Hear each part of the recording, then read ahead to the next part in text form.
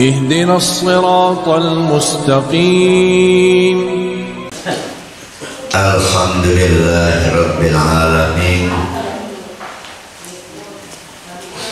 Nahmaduhu wa nasta'inuhu wa nastaghfiruh wa na'udzu billahi min syururi anfusina wa min sayyiati a'malina.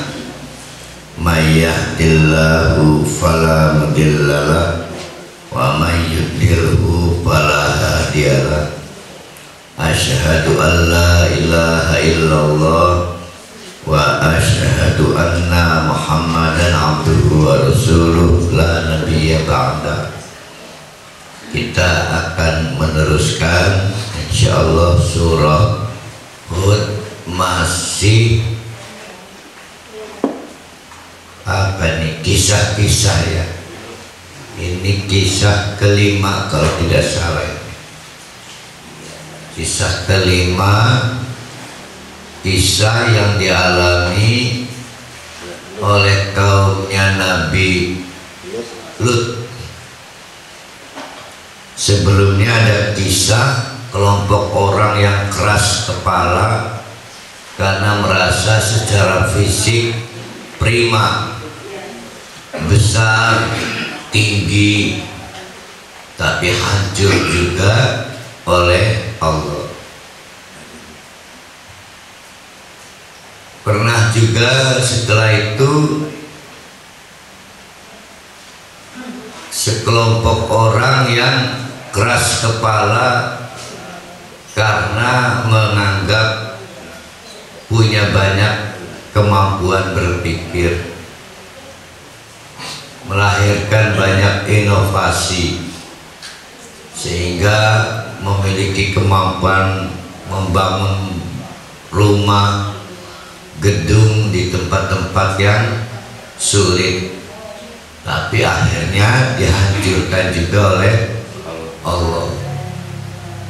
Sebelumnya ada juga contoh kaum yang ini sistemik rezim Fir'aun, tapi hancur juga. Nah sekarang kita masuk ke kaum Lut. Nah ini sejaman ini dengan Nabi Ibrahim. Jadi ketika Nabi Ibrahim bertugas, berarti Nabi Ibrahim itu bertugas di Syam, arah Palestina. Tapi salah satu keluarganya yaitu Siti, siapa nama salah satu di sini, Siti Hajar, karena harus mendidik putranya bernama Ismail dan cenderung menimbulkan kecemburuan kepada salah satu istri yang lain. Maka Siti Hajar bersama Ismail ditempatkan jauh dari tugas kenabiannya. Tugas kenabiannya di Palestina, tapi Siti Hajar ditempatkan jauh, yaitu di Mekah. Nah ketika Nabi Ibrahim bertugas di Palestina, di tempat lain yang tidak jauh dari Palestina, Nabi lain bertugas. Jadi satu periode, yaitu disebut Nabi Lut di arah Jordan yang dikenal dengan kawasan Laut Mati, tepatnya di distrik Sodom, sehingga kelak nanti perilaku menyimpang orang di distrik atau kawasan itu disebut perilaku Sodom. Sekarang kita gunakan istilah itu untuk perilaku seks menyimpang, istilahnya sodomi. Anak-anak kecil yang dieksploitasi orang dewasa dengan cara menyimpang, digunakan kata disodomi. Nah, sudah jadi bahasa Indonesia.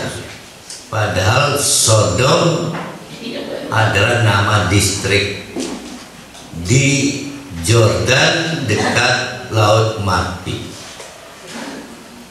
Disebut Laut Mati karena terlalu dalam dan sangat dalam di bawah laut, TPL-nya sekitar 200. Garamnya terlalu banyak sehingga ikan tidak tanak. Bisa tanak pun ada. Betah, tidak kerasan karena terlalu tinggi garamnya. Kecuali ikan tertentu lah. Misalnya ikan sarden yang sudah dikalengkan, ikan gesek.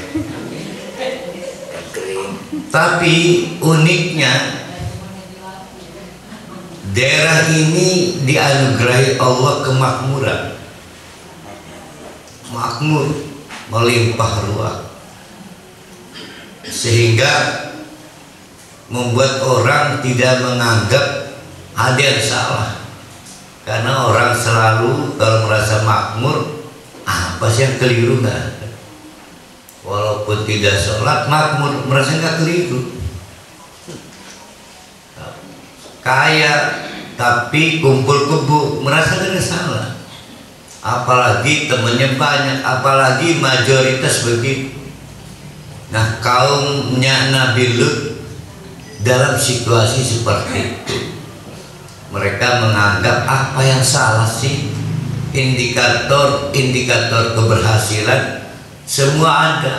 Ekonomi makro, ekonomi mikro, tidak ada faktor-faktor kegentingan yang sampai harus mengeluarkan perpu.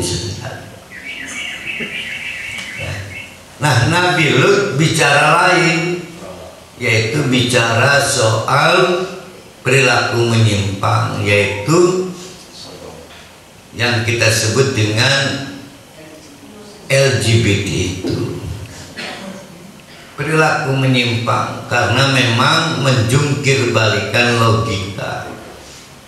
Perempuan disediakan Allah untuk laki-laki, dan sebaliknya laki-laki disediakan oleh Allah untuk perempuan. Nah, ini jungkir balik. Lelaki memiliki hasrat pada lelaki, dan yang perempuan memiliki hasrat pada yang perempuan.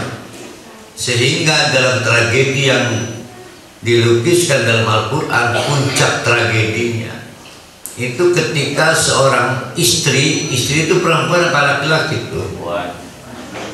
Perempuan itu menjadi fasilitator, bisa juga pendukung, bisa juga motivator untuk terjadinya praktek-praktek seks menyimpang. Nah, qadarullah, perempuan ini istri tokoh penting, istri Nabi, sehingga tragedi di situ. Nah, karena kaum ini menjungkir balikan otak waras, maka cara azabnya untuk pertama kali berbeda dengan azab pada kasus perlawanan umat pada nabi-nabi sebelumnya, yaitu dengan cara dijungkir balikan oleh Allah. Tanah yang dipijak menjadi diangkat oleh Allah. Lama itu tergantung di ruang udara bebas kaum pelaku penyimpangan itu. Ada yang menceritakan 4 juta orang. Pelaku ini 4 juta orang. Jadi ini distrik yang besar. Sedikit yang tidak melakukan, sedikit yang mau mendengarkan nasihat Nabi Lut. Sehingga ketika Allah kan membuat kaidahnya, 1 jam atau 1 hari atau beberapa saat sebelum azab berlangsung, pasti jalur evakuasi lebih dahulu dibuat oleh Allah. Tentu Nabi Lut diikuti oleh beberapa pengikutnya menggunakan jalur evakuasi. Lalu kawasan Sodom diangkat oleh Allah yang membuat kepala di bawah, kaki di atas, karena mereka menjungkir balikan logika. 4 juta orang, jadi luar biasa besar. Belum baru dijungkir balikan. Setelah itu dijatuhkan oleh Allah. Tidak cukup, Allah akhirnya mengutus pasukan-pasukannya untuk membawa dan melemparkan batu-batu kerikil. Setiap batu ada namanya atau tandanya, ada serinya, ada barcode-nya, sehingga ini batu dikirim ke Kamel atau Jamal ya.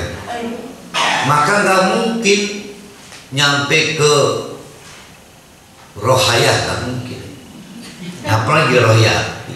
Jadi setiap batu semacam memiliki kecerdasannya. Batu ini untuk siapa pelaku penyimpangan seks itu, berarti berapa juta batu dilemparkan? 4 juta. Habis, tidak ada yang tersisa, mati semuanya. Dan kota itu menjadi kota mati, kota Sodom. Kelak nanti Nabi Muhammad menganggap tidak boleh orang lewat ke kota itu, runtuhannya bekasnya, untuk dikenang, jangan pernah diulang lagi. Nah, itulah kaum Nabi Lut. 1 zaman, 1 periode dengan Nabi Ibrahim ketika bertugas dakwah di Palestina, Syam. Nah, sementara Nabi Lut ditugaskan di tempat itu. Nabi Lut sendiri bukan orang lain, 1 kultur, 1 kebudayaan, 1 nasab, sehingga memiliki keunggulan berkomunikasi. Lamun bahasanya bebasan, ya bebasan. Mungkin juga makanan pokoknya sama, mestinya efektif, tetapi macet juga. Nah, mari kita baca kisah kaum Nabi Lut ini. Ayat 77. Sebelumnya diceritakan, ini bermula dari Allah mengutus malaikat-malaikat untuk memulai azab untuk kaum yang ada dan tinggal di distrik Sodom.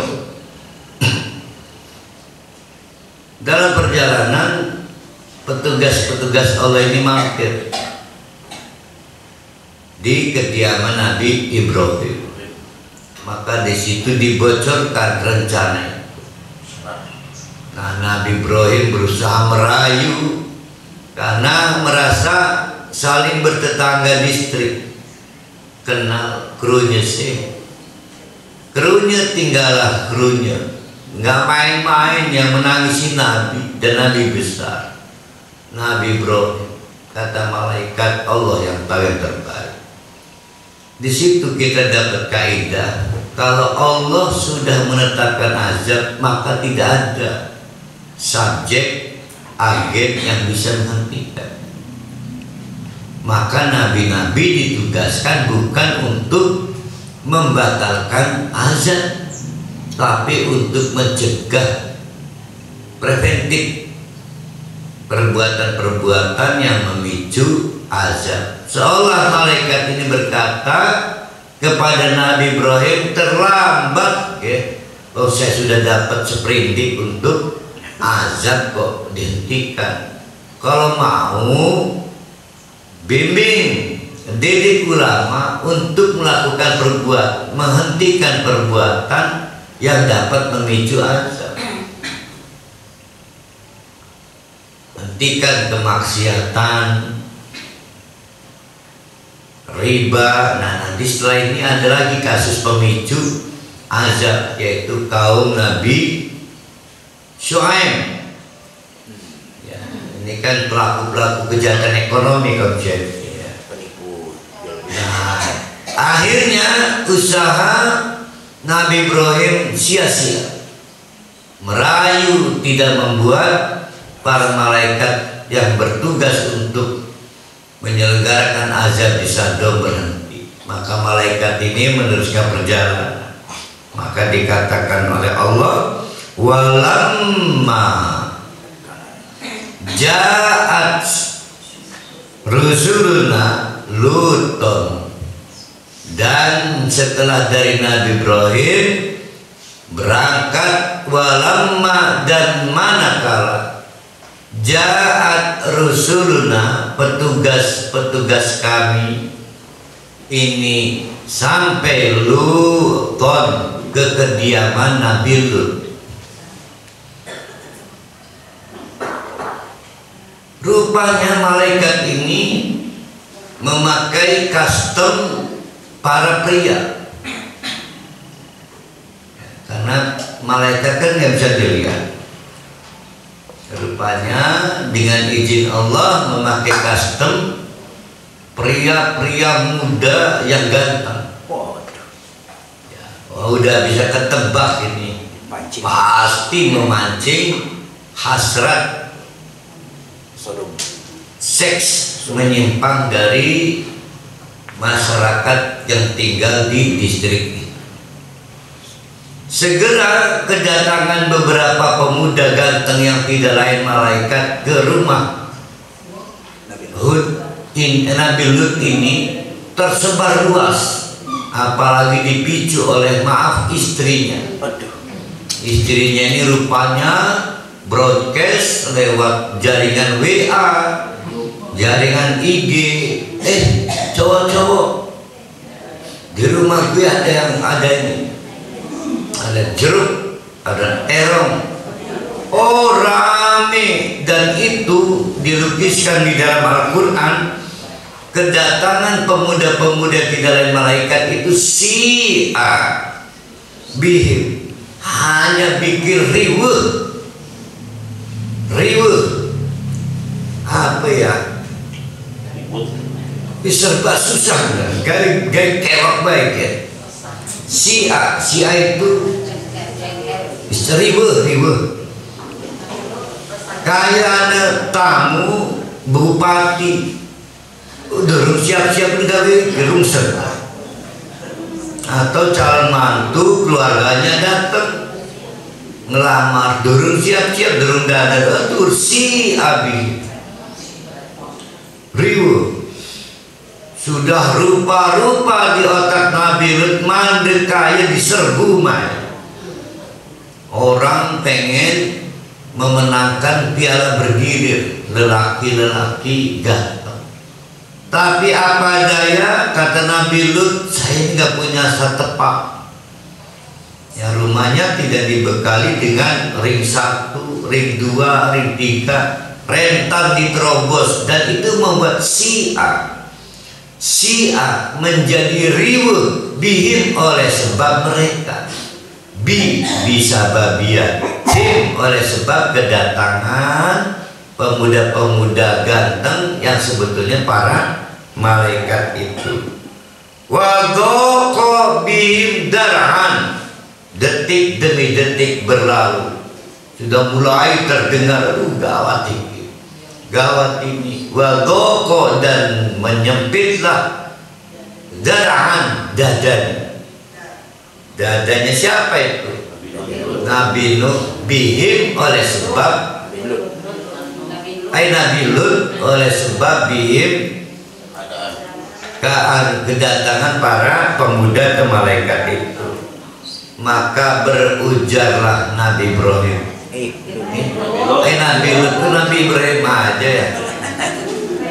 Waqala maka berujar. Tidak diterangkan di sini, kayaknya ngomong dewek, ngomongin sapi gini rabi neru mungkin, tapi dugaan saya kepada para malaikat.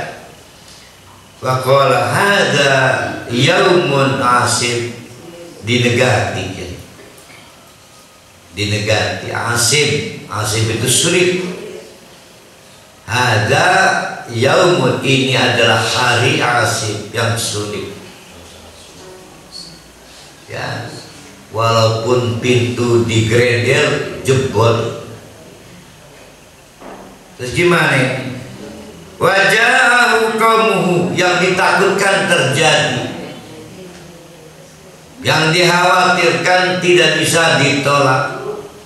Maka wajahu, datanglah qaumuhu, penduduk-penduduk di kawasan distrik Sodom, setelah mendengar dari telinga ke telinga, dari mulut ke mulut, ada sejumlah pemuda ganteng. Mari kita bertanding siapa yang paling berhak menjadi kekasihnya. Ya rauna ilaihi. Wow, pedipit-tipit. Ya rauna itu ya pedipit-tipit, bergegas. Ayu rauna, dengan langkah yang dipercepat, buru-buru kebuntra-buntra. Satu dan yang lain saling berlomba ingin menjadi yang paling cepat sampai di rumah Nabi Lut, demi berharap mendapatkan kekasih bayangan itu. Biarnya makanan ya, kemudian ada. Ya ada penyakit seperti itu ya. Kan ini kalau pakai bahasa kontak, getap kan. Getap itu apa ya? Asal ada bang wadon melotot, ada getap. Berarti normal nggak itu? Normal. Asal ada bang lanang melotot, normal nggak? Yang nggak normal loh yang melotot lelaki. Maka kalau ada lelaki melotot ke perempuan jangan dilarang, normal. Ini getap. Melotot doang, nggak ada yang mampu melotot lama.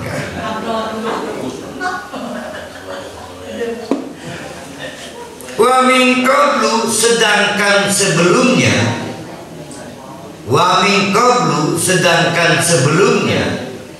Kanu, itu orang-orang, berarti masyarakatnya, ya'maluna sayyi'at, tidak ada habisnya melakukan seks menyimpang.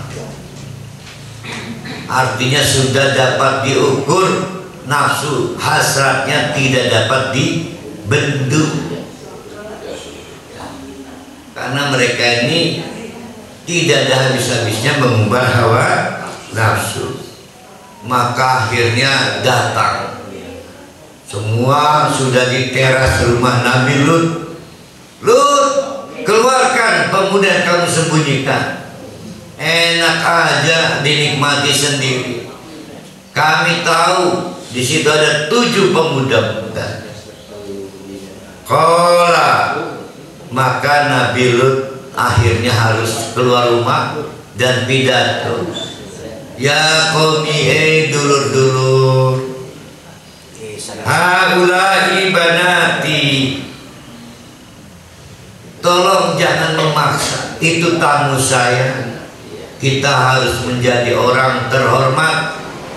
Tidak boleh membuat tamu takut dengan perilaku rendah dan tidak terhormat ini. Sudah begini aja ya. Apa kata Nabi Lut sedih? Haula'i banati, go anak-anak wadon kita katuran. Ya. Di sini ada anak-anak perempuan saya.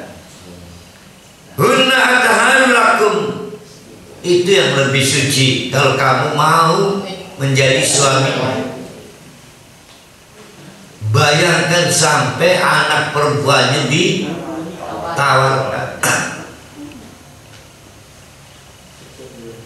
Fattakullah, tolong dong takut pada Allah lah, jangan mengumbar hawa nafsu. Wala tuzuni fi dhaifi, dan tolong hargai saya. Saya ini tuan rumah lagi keraguan tamu. Kalau kalian melakukan tindakan barbar, namanya tuzuni, mempermalukanku. Kan gitu kan? Ada tetangga nerima tamu, Pak Jirus di ketunggulan nyulet dangdut terus. Maka kan Bapak ini gak beruntung amat jadi tamu nih. Tetangga nih kayak konon, ini udah boleh gak kedengaran. Nanti kan gitu tuh. Nyulet nyetel dangdut. Wala tuzuni fi dhaifi, tolong dong jangan mempermalukanku di hadapan tamu-tamuku. Alaisa minkum rajulun rasyid, lah ketah di antara kalian ini sing otake waras, sudah hilang akal sehat.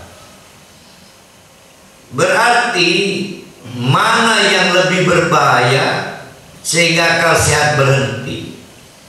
Seks, harta, kekuasaan. Nah, di sini disimpulkan seks membuat otak macet, dungu, tidak sehat. Kekayaan setengah macet, kekuasaan juga setengah. Tapi kalau seks membuat pol orang menjadi tidak waras, tidak sehat berpikirnya. Sampai Nabi Lut bertanya, alaisa minkum rajulun rasyid, piraku sih 4 juta orang gak ada yang waras satupun. Ya sulit. Nah, alhamdulillah di Indonesia ini nggak ada LGBT ya, dia tidak, ya komunitasnya ada tapi tidak mayoritas, sehingga masih banyak yang punya akal sehat.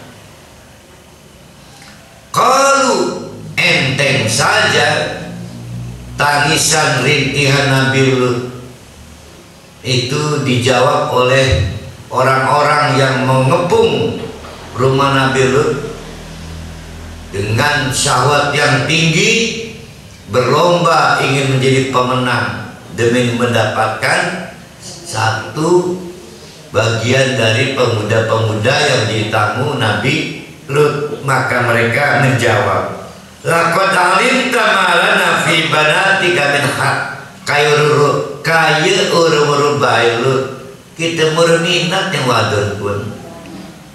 Ya, di sini kan kalimatnya laqad alimta, bukankah kau tahu malana fi banatika min haq, wa wadon orang lepal dia kita hak, dudu jatah kita. Lalu jatahmu siapa? Lelaki. Kamu siapa? Lelaki. Seumur waras.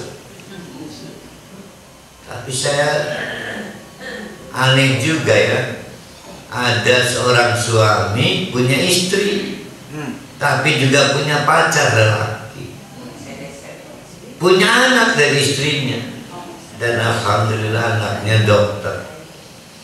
Ya, lama dan waktu berjalan, istrinya nggak tahan kayak, karena suaminya menduakan ya cintanya, cinta ke istri dan cinta ke pacar laki-lakinya. Maka minta cerai dan alhamdulillah cerai. Qadarullah, si lelaki ini penyayang ke anaknya, sehingga dengan susah payah si lelaki ini mempertahankan hak urus anaknya, dididik sampai besar, dan memutuskan tidak menikah lagi. Punya pacar, ya silih berganti lah, bisa mengkonon di anak segala. Jadi sebetulnya normal lelaki itu, yaitu suka perempuan, tapi mungkin punya penyakit kelainan seks. Jadi orang yang punya penyakit itu bukan berarti tidak punya sisi normal. Jadi ada orang divonis saya mah hanya suka lelaki, sebetulnya itu penyakit, dia sendiri tetap suka perempuan. Nah, karena penyakit boleh dipelihara, tidak boleh harus disembuhkan penyakit kok. Karena kalau dia sembuh, dia aslinya masih ada suka perempuan. Nah, LGBT itu kan seperti, bukan dia tidak suka perempuan, tapi dia berpenyakit, tapi penyakitnya tidak diobati, maka dia lebih memilih untuk mengeksploitasi sesama jenis, padahal sebetulnya dia juga mau ke lawan jenis. Lihat jawaban kaum Nabi Lut itu. Qalu laqad alimta ma lana fi banatika min haq. Kayak nggak tahu aja Nabi Lut, perempuan mah bukan jatah kita. Wa innaka la ta'lamu ma nurid.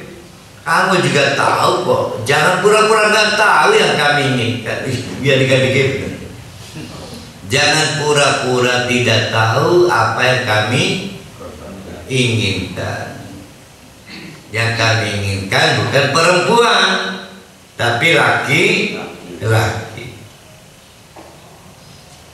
Qala, maka akhirnya Nabi Lut itu merespon, ya Allah, tidak beruntung amat saya, terlanjur jebol, sudah merangsek ke rumah, mau diusir gak punya satpam, mau diusir gak punya bodyguard.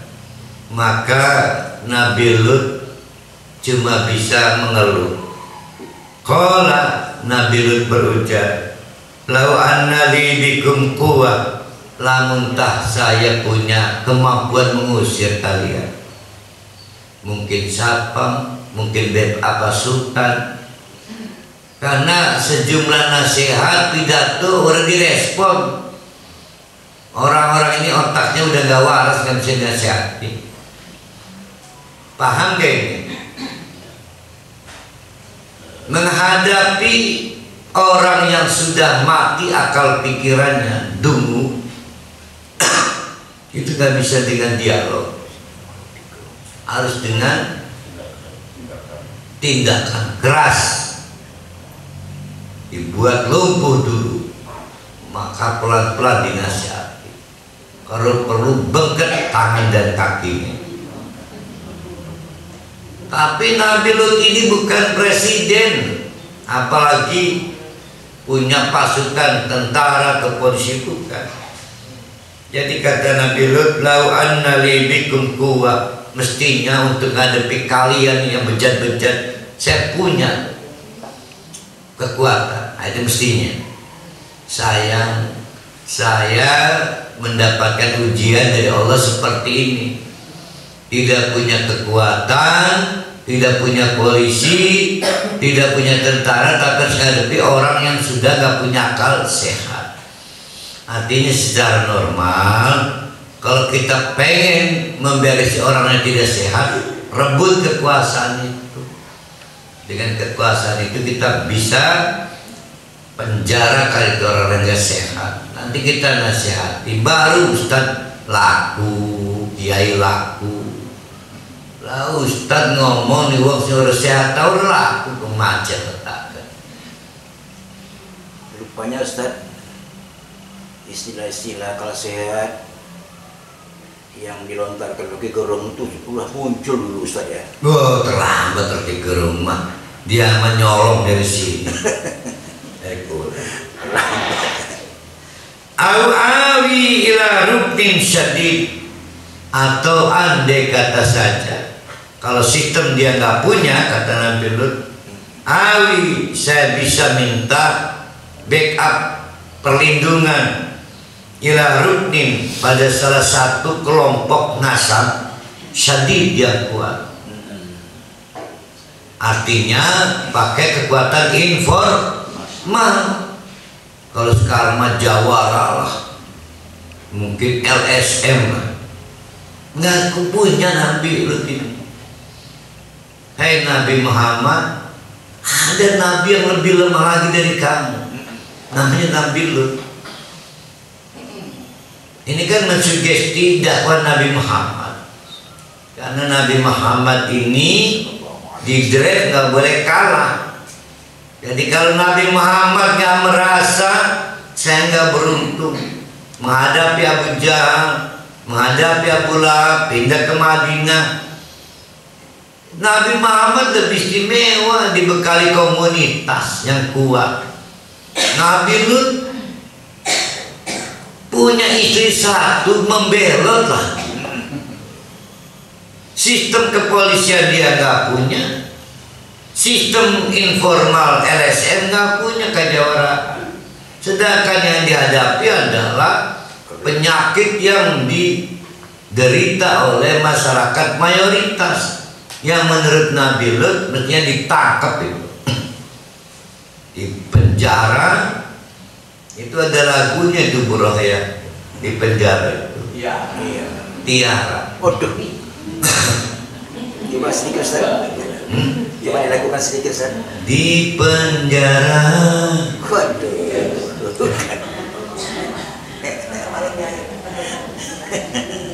Faqalu, ujaran Nabi Lut dikomentari oleh lelaki-lelaki Sadom yang merangsek itu. Kata mereka, ya Lut, Lut,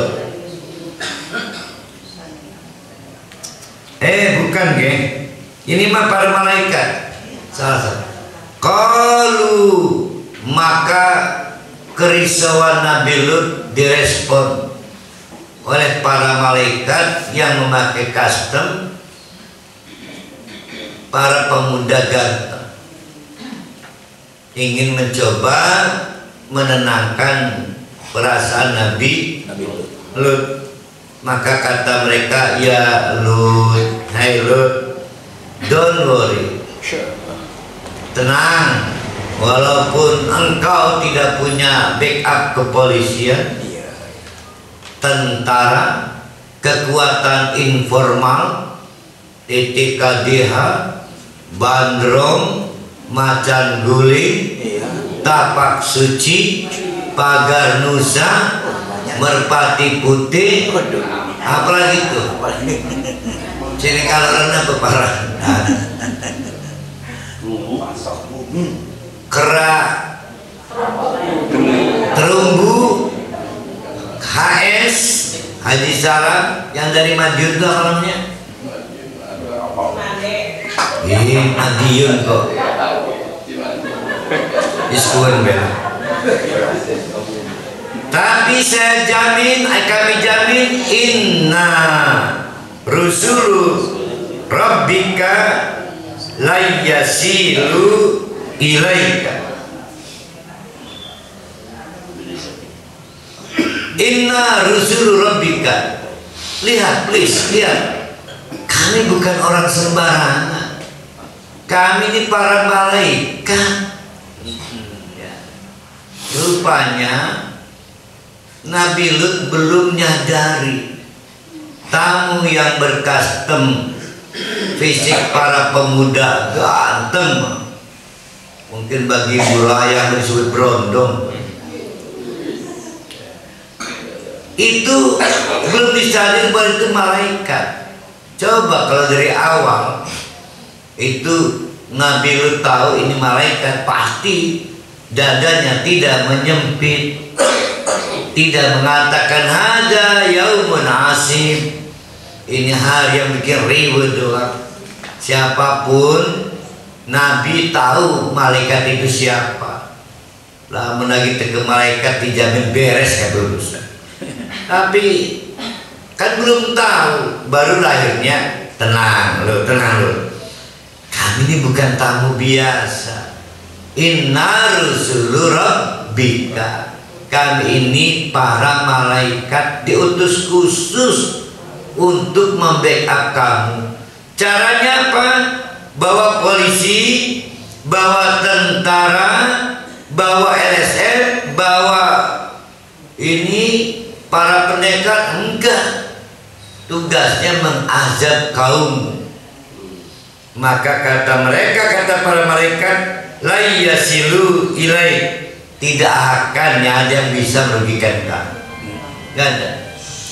Oleh karena itu tolong siap-siap evakuasi. Fa'asri bi ahlika biqitin minal laili. Malam ini rupanya ini udah malam sangat di ujung, sekitar menjelang sahar. Berarti di ujung sepertiga malam. Kata malaikat, tinggalkan distrik ini segancang-gancangnya. Cepat-cepatnya. Segancang-gancang. Mau kebuntrak-buntrak saja. Gitu minal lail. Asri, malam ini juga asri. Masih ingat Isra Mi'raj? Isra apa artinya? Jalan malam. Kalau GJS jalan-jalan sore ya. Itu ada lagunya itu yang menyanyikan dulu penari Lanang, Denny Malik. Nah, Denny Malik.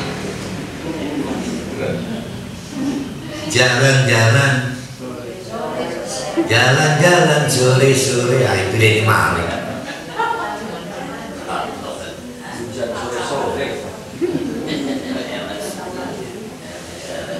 Barang anu Haji Rusdi ngirim video lagu Melayu jadul israkut deh. Terus yang baru-baru akeh jadul.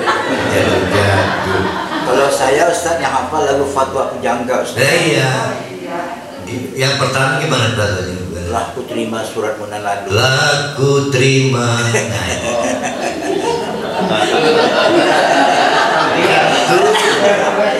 Itu yang enak cover Victor Huta Barat, ya. Yang dinyanyi, ya di cover Victor Huta Barat. Masya Allah. Ada lagi yang lagi Victor itu yang Fatwa Pujangga itu cinta. Masya Allah. Sesaat apa namanya? Itu lagu lupa juga Ustaz. Aku terima surat munaladu. Fatwa Pujangga. Wala yaltafit, tolong malam ini juga Isra, malam ini jalan malam.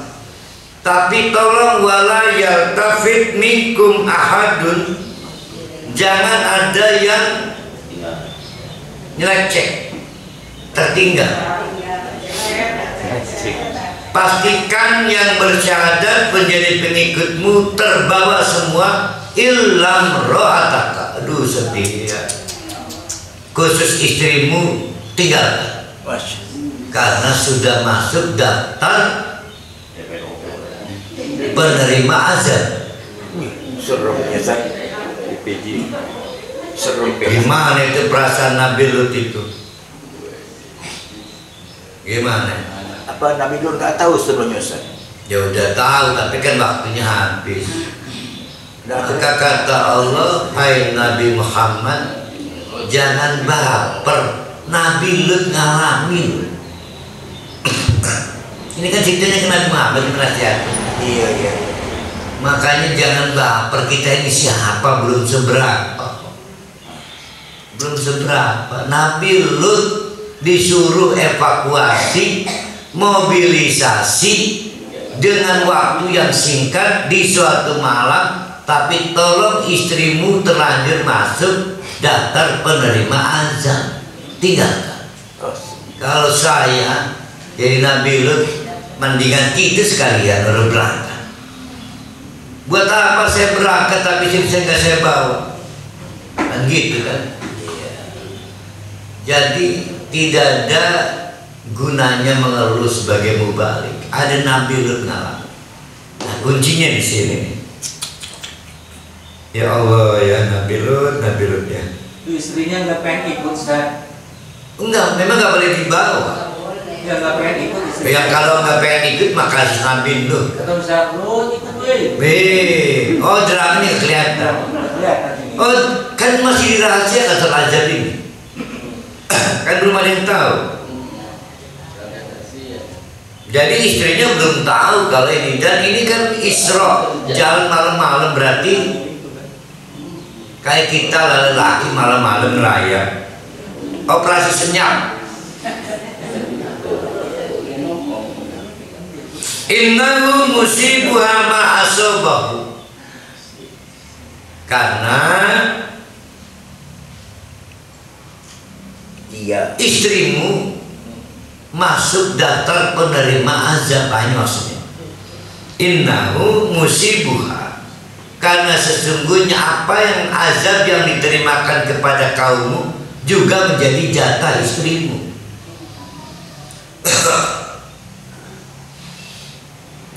Rencananya kata para malaikat, inna mau'idakum, jatuh tempo azab dimulai adalah subuh. Maka tolong di ujung waktu malam sebelum subuh ini cepat-cepat Berangkat semua. dievakuasi, dimobilisasi. Istri kamu jangan dibangun kalau lagi tidur, biarin. Saya nggak dapat cerita istrinya berapa, yang benar cuma satu. Alaisa subuh bikor dengan mani kijancan ki. Alaisa asubuh bikor, kata malaikat iki wis asubuh dengan mani gancang. Ayo jangan. Kudur ngejam kok, belum ada jamnya, belum ada. Berarti kira-kira jam berapa ini ya evakuasinya? Jam tahrim kayaknya. Jam 3. Jam 3 Nabi Lut bersama para pengikutnya operasi senyap. Tidak boleh kedengaran istrinya. Kayaknya dompet gue sempat diambil, digauk. Dompet ditinggal. Ya Allah ya. Akhirnya apa yang terjadi, terjadilah. Itu potongan lagu Pak Yus. Falamma jaa amruna, azab Allah akhirnya terjadi. Ja'alna, dengan cara kami jadikan, aliyah safilah, yang serba atas jadi ke bawah, yang serba bawah jadi ke atas. Berarti buminya dibalik oleh Allah, yang menyebabkan gravitasi berubah. Kaki di atas, kepala di bawah. Banyak cerita, berbagai versi. Jutaan orang pelaku seks bebas menyimpang dan melawan akal sehat itu beberapa lama waktu di atas. Dibuat nggak mati, nggak disiksa, digantung di atas, tertahan di ruang udara bebas. Kaki di atas, kepala di bawah. Aduh, ndas lari, Pusing, pening.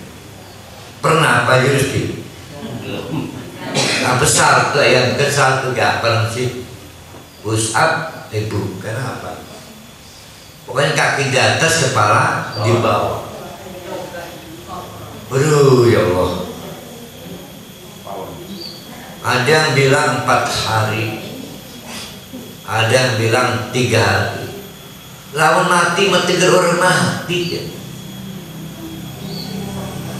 Akhirnya diturunkan oleh Allah.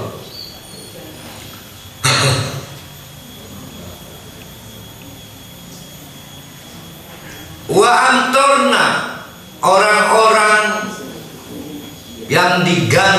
kaki di atas, kepala di bawah itu cara dimatikannya akhirnya. Tadi cara disiksa ya, disiksa seperti itu, lalu dimatikan dengan cara wa amtorna, kami hujani alaiha kepada mereka, bukan dengan air tapi hijaratan, dengan cara mengirimkan, menjatuhkan batu-batu min sijilin yang sudah menjadi bara, jadi memerah, karena batu ini mungkin diambilkan dari lahar gunung ya,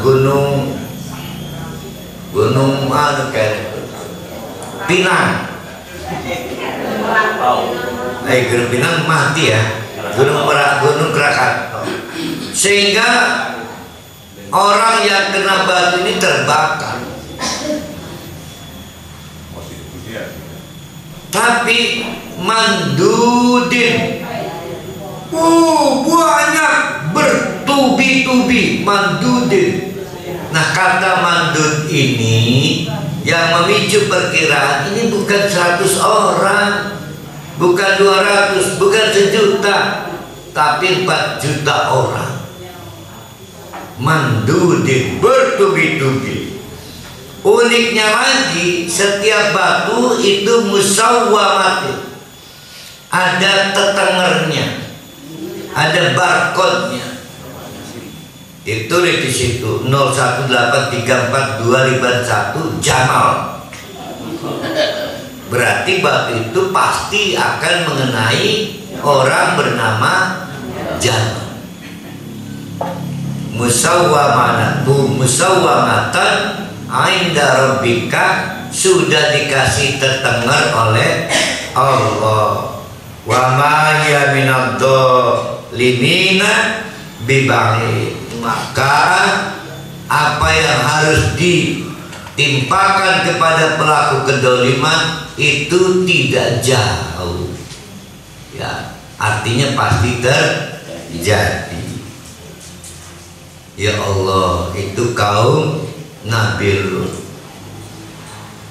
Pertanyaan saya, dari rangkaian cerita awal sampai akhir ini, yang berkesan yang mana itu Pak Yusri? Semuanya berkesan Ustaz nih. Saya maaf tak janda doang berkesan.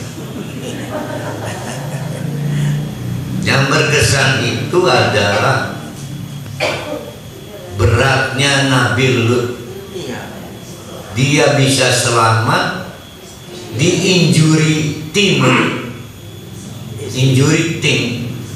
time, tapi harus merelakan istrinya. Di tengah-tengah dia adalah orang normal, sangat mencintai perempuan, dan lebih banyak orang pada saat itu tidak sangat mencintai perempuan. Gimana?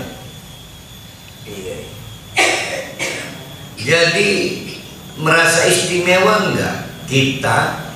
Rumah tangga satu komplek gak pernah cekcok, yang lain cekcok aja. Maka kita bilang istri kita, ma, ya Allah ma, nggak sanggup saya bisa dari kamu. Lihat tetangga tuh, aduh pada ribut, cintanya makin membara ke istri kan, karena merasa istimewa. Kurang lebih Nabi Lut begitu istrinya. Tapi hari itu, jam itu, detik itu, kata malaikat, istrimu tidak pantas untuk. Dia adalah orang yang berhak menerima azab. Kaget kan? Tapi waktu gak cukup untuk berdebat. Nabi Ibrahim sudah memulai merayu, gak digubris oleh malaikat. Kan sebelumnya Nabi Ibrahim. Artinya sekelas Nabi Ibrahim kaliber kan, gak digubris, apalagi cuma Nabi Lut. Ya Allah, saya itu yang berkesan. Jadi bukan soal LGBT-nya pun. Maka kepada Nabi Muhammad, adakah yang harus bikin sedih? Nabi Lut lebih sedih lagi ya. Dia bisa selamat, istrinya ditinggalkan. pastilah Nabi Lut bersama pengikutnya dapat terhindar, tapi dia nonton pastikan bagaimana kaumnya diazab. Kada dalam itu pasti lagi ditekannya. Allah Akbar ya. Misalnya ujian Nabi Lut ya. Iya, ujian Nabi Lut, makanya aduh jangan jadi Nabi Lut jangan. Pak Haji Ruti mah apa lagi ya, kan penyayang istri kan. Kan dosanya cuma melindungi, memberitahu itu aja saja. Menjadi supporter dan motivator. Tapi kan masalahnya dia istri orang kaliber. Yang membunuh orang banyak, bukan hanya Pak Sambo. Tapi Pak Sambo layak dihukum berat karena dia tidak patut melakukan ini. Dia adalah seorang tauladan masyarakat karena berpengetahuan hukumnya cukup. Tapi orang sing maten tukang ojek biasa-biasa baik. Nah ini istri Nabi Pak Tata, bukan istri orang biasa yang jadi masalah.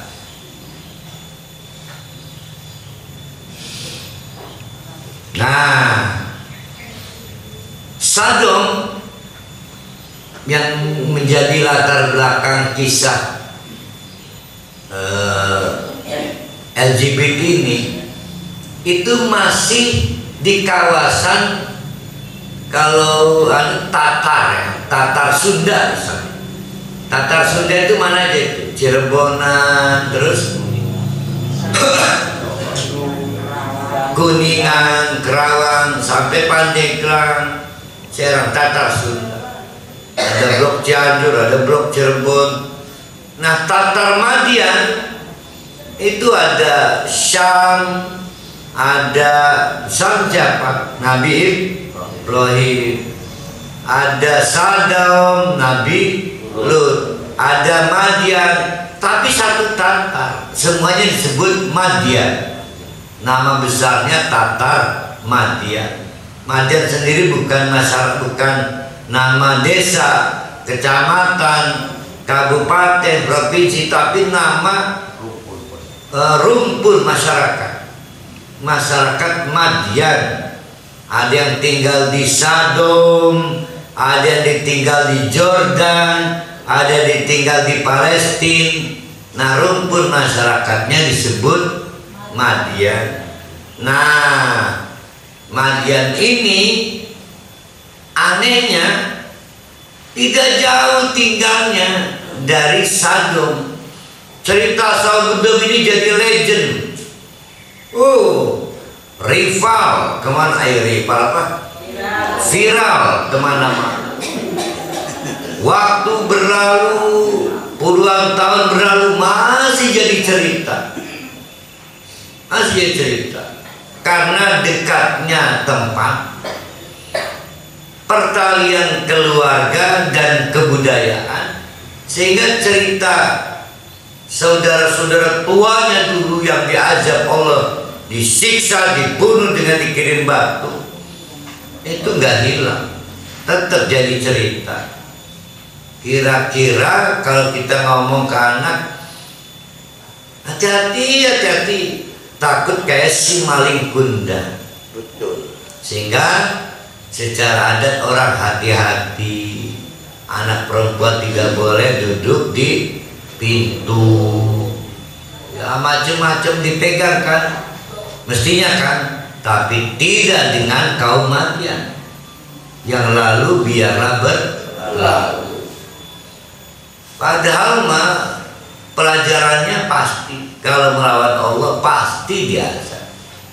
Nah ini kaum Madian mentang-mentang ekonominya maju kuat dengan cara riba, dengan cara curang, dengan cara racun, ditegur oleh Nabi. Nabinya Nabi Syuaib, tapi kebetulan Nabi Syuaib ini terlalu humble.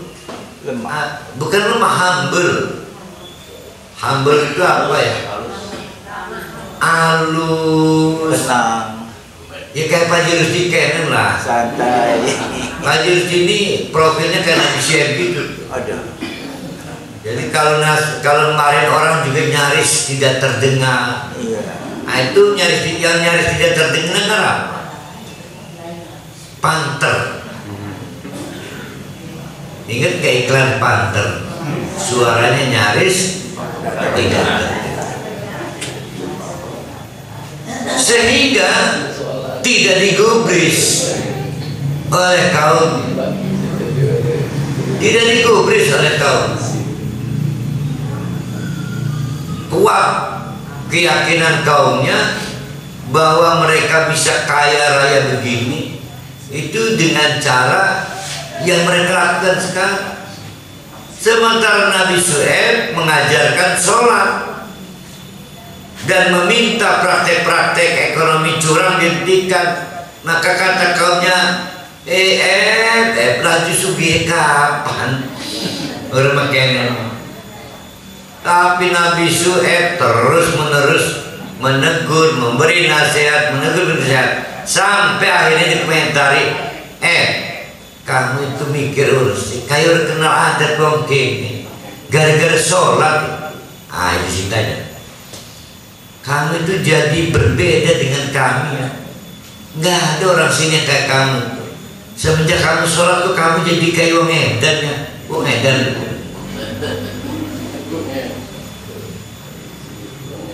Ya, bayang nggak orang sholat dikatakan orang gila?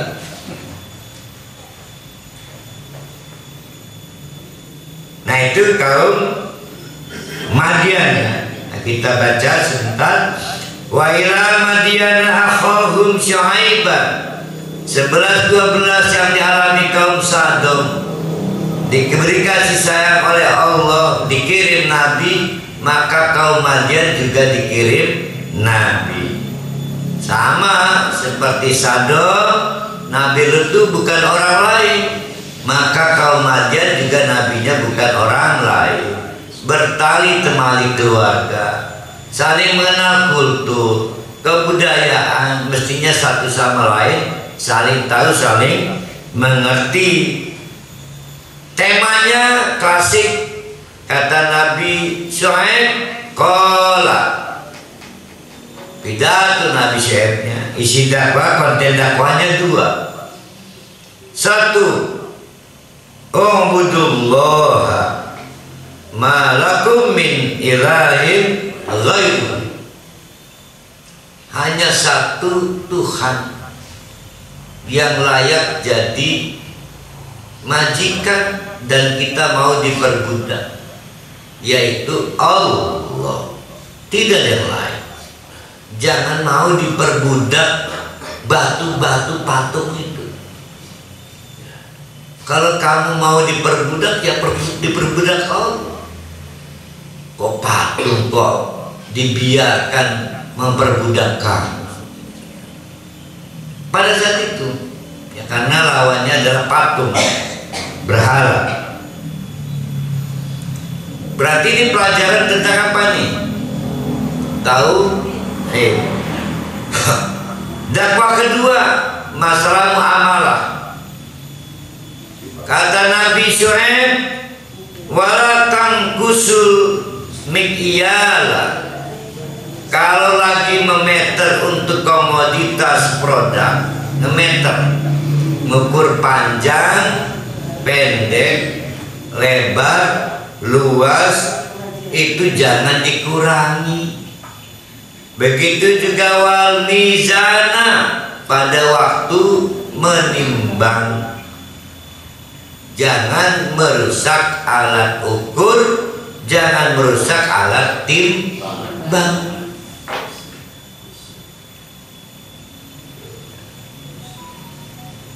Inni arakum bi khairin, sesungguhnya saya melihat kalian itu apa, bi khairin,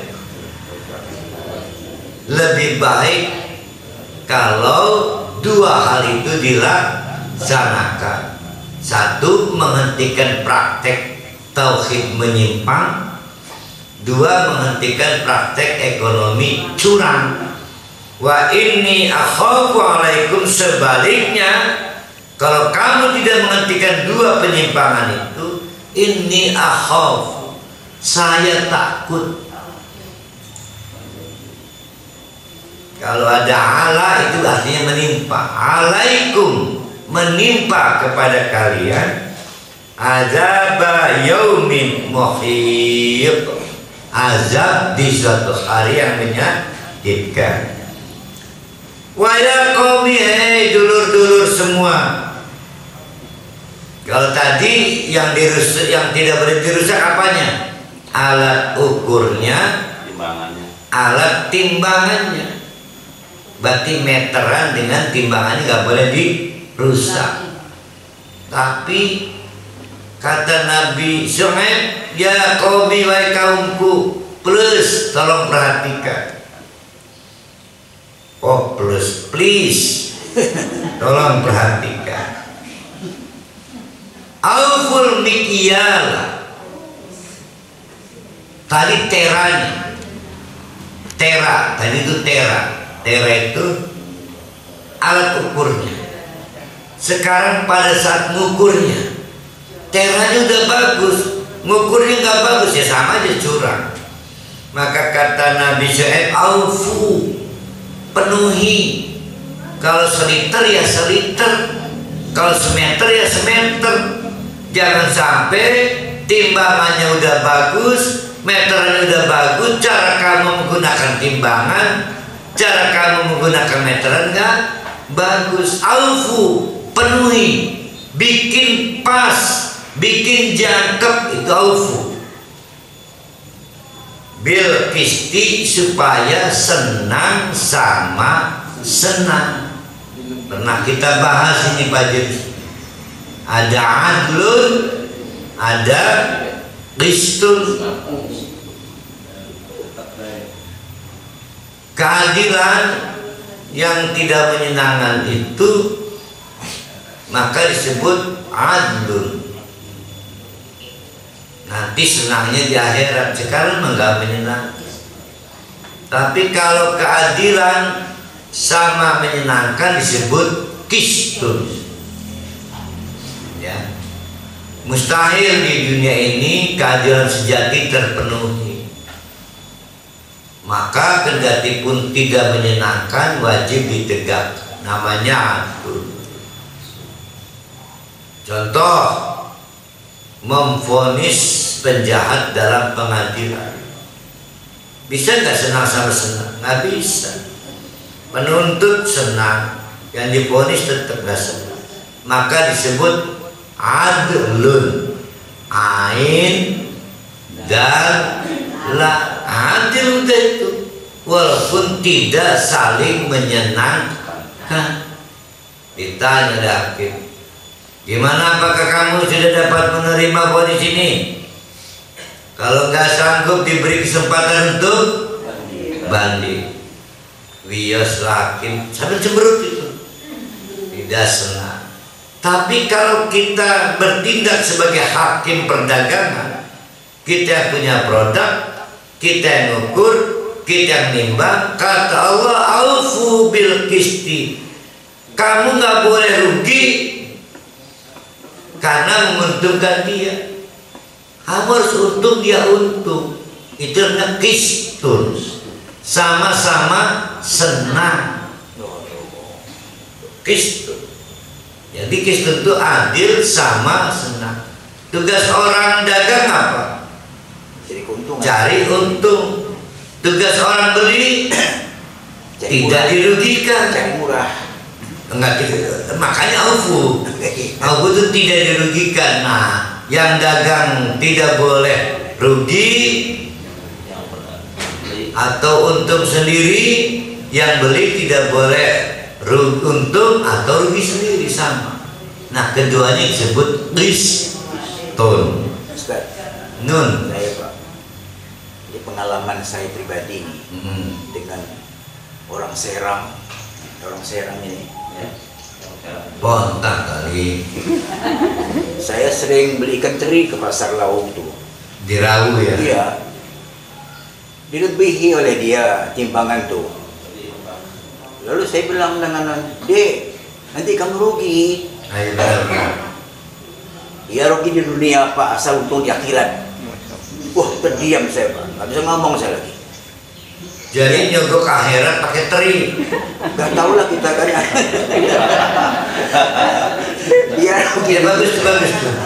Nah itu problem kita, sebaiknya tegur. tidak saya tegur. Caranya begini. Tolong kamu timbang dengan benar. Kalau kamu ingin sedekah, jangan pakai timbangan.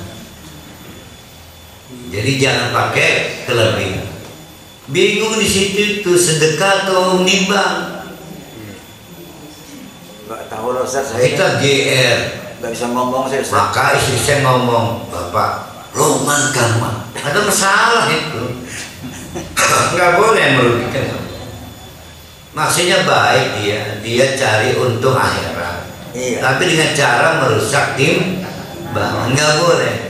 Udah gitu keterlaluan, pakai teri nyogok surganya. Berdosa saya sadar kalau gitu. Bukan, kita harus mendidik masyarakat kita. Al-Fubil Kristi. Wala tabkhasun nasa asya'ahum, dan jangan bikin rugi masyarakat dengan sesuatu pun karena produknya jelek dan berbahaya. Berarti sistem produksi maksudnya ini. Jangan memproduksi hasil komoditas yang membahayakan masyarakat. Maksudnya, berarti ada berapa itu amalannya? Satu, jangan membuat tera yang jelek. Tera itu kurang. Yang kedua, mental pada waktu mengukur menimbang harus sehat. Yang ketiga, hanya boleh memproduksi komoditas yang tidak berbahaya untuk masyarakat. Wala tarsau fil ardi mufsidin, dan jangan mempraktekkan sistem yang merusak di muka bumi.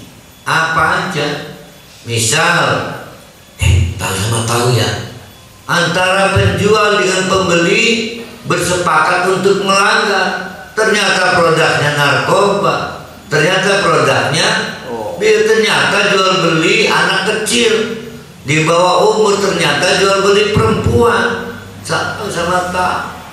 Nah itu melalui WA, apa itu namanya itu, Michel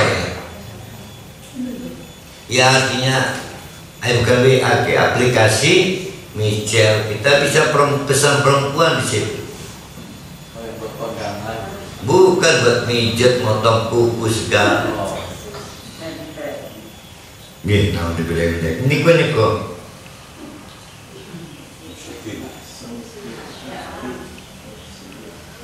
Nasihat kelima, saya maaf, nasihat mamalan yang kelima. Kata Nabi Syuaib, nanti setelah dagang, setelah usaha, setelah produksi, disebut untung atau sisa hasil usaha. Apa itu? SHU, Baqiyatullah. SHU dari Allah, Baqiyatullah, sisa hasil usaha dari Allah. Itu khairun, yang paling baik. Bukan dengan cara merusak meteran, bukan dengan cara merusak timbangan, bukan dengan cara memeter atau menimbang dengan cara curang, bukan dengan cara membuat produk yang berbahaya. Bukan. Yakin baqiyatullah khair, udah disiapkan oleh Allah sisa hasil usaha yang terbaik. In kuntum mu'minin. Salahnya sih kamu nggak percaya ke Allah. Makanya kalau pengen tenang produksi, dagang, bisnis, percaya ke Allah, nurut ke Allah. In kuntum mu'minin. Ini penyakit kamu. Kamu a priori dengan Islam karena kamu nggak percaya ke Islam. Jadi mengkhawatirkan kalau Islam berkembang sesuai dengan standar, nanti kayak Suriah, ribut rame. Ini karena nggak percaya ke Islam. Yang salah bukan Islamnya, dia yang salah. Dia kehilangan trust, tidak percaya. Wa ma ana alaikum bihafid. Jujurlah kata Nabi Syuaib, kita bertanggung jawab ya. Seren ya. Nah, itu namanya wa ma ana alaikum bihafid. Kalau kita gampang orang Pontan seren kok. Itu sebarak ya, lur seren lur, awas lur. Gak pernah apa-apa jalan kita. Pokoknya kan azab paling. Maka dijawab oleh kaumnya, qalu ya Syuaib, asolatuka ta'muruka an natruka ma ya'budu abana. Sing ulur bae gara-gara salah jadi pengamplong. Masa kami suruh berhenti menyembah patung-patung berhala? Kamu tahu nggak, bertahun-tahun kami membangun bisnis dan sukses menjadi pengusaha besar, pengaruh patung iki sirma lelewan baik kenal, kecuali kamunya orang seberang, bukan orang sini. Silakan dulur kita bro, sing sembarang bengen kita ini usaha karena ngirim sesajen ke patung itu. Kayak ngelidur gara-gara salah pelajaran. Nah, diseritain gitu. Jadi kayak diseritain kena sawan nih ya. Karena dianggap berbeda padahal bukan orang lain. Kecuali kayak film Tuhan, kenapa aku dilahirkan berbeda? Anda filmnya itu kan, sedih ya. Ternyata dia sayang ke adiknya, padahal dia kekurangan mental.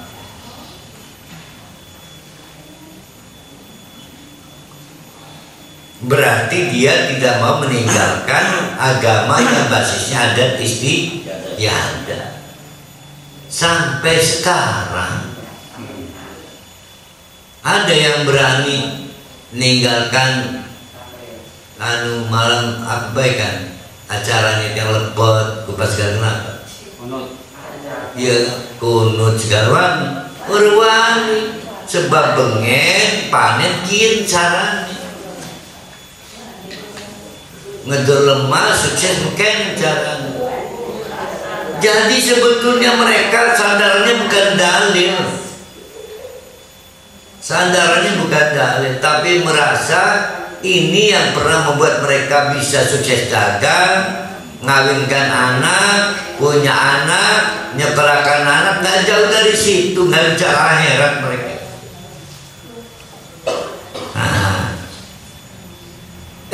Silakan dakwah ini kudu milu kan, saya berubah. Kan begitu kan jalan ceritanya kan.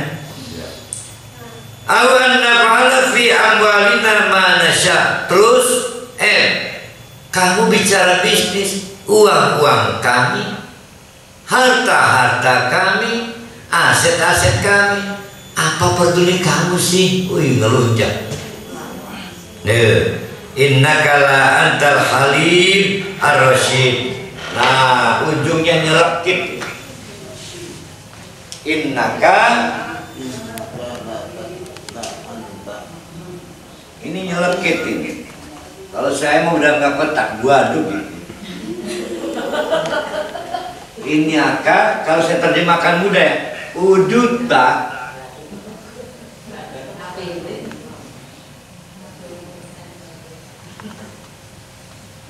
Uduta sirkun. Ini asalnya nih. Wong pintar.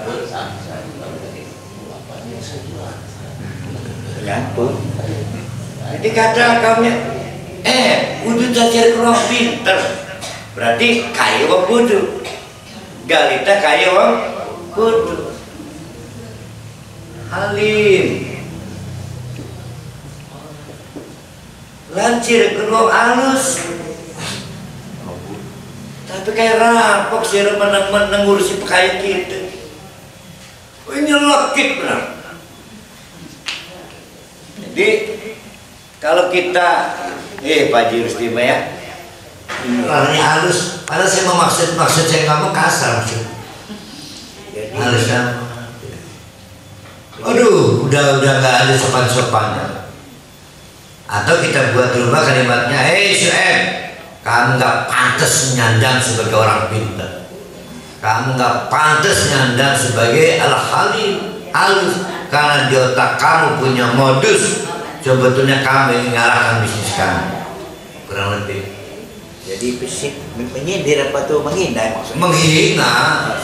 Oh. Makanya kan di situ kan unik ya. Innaka la antal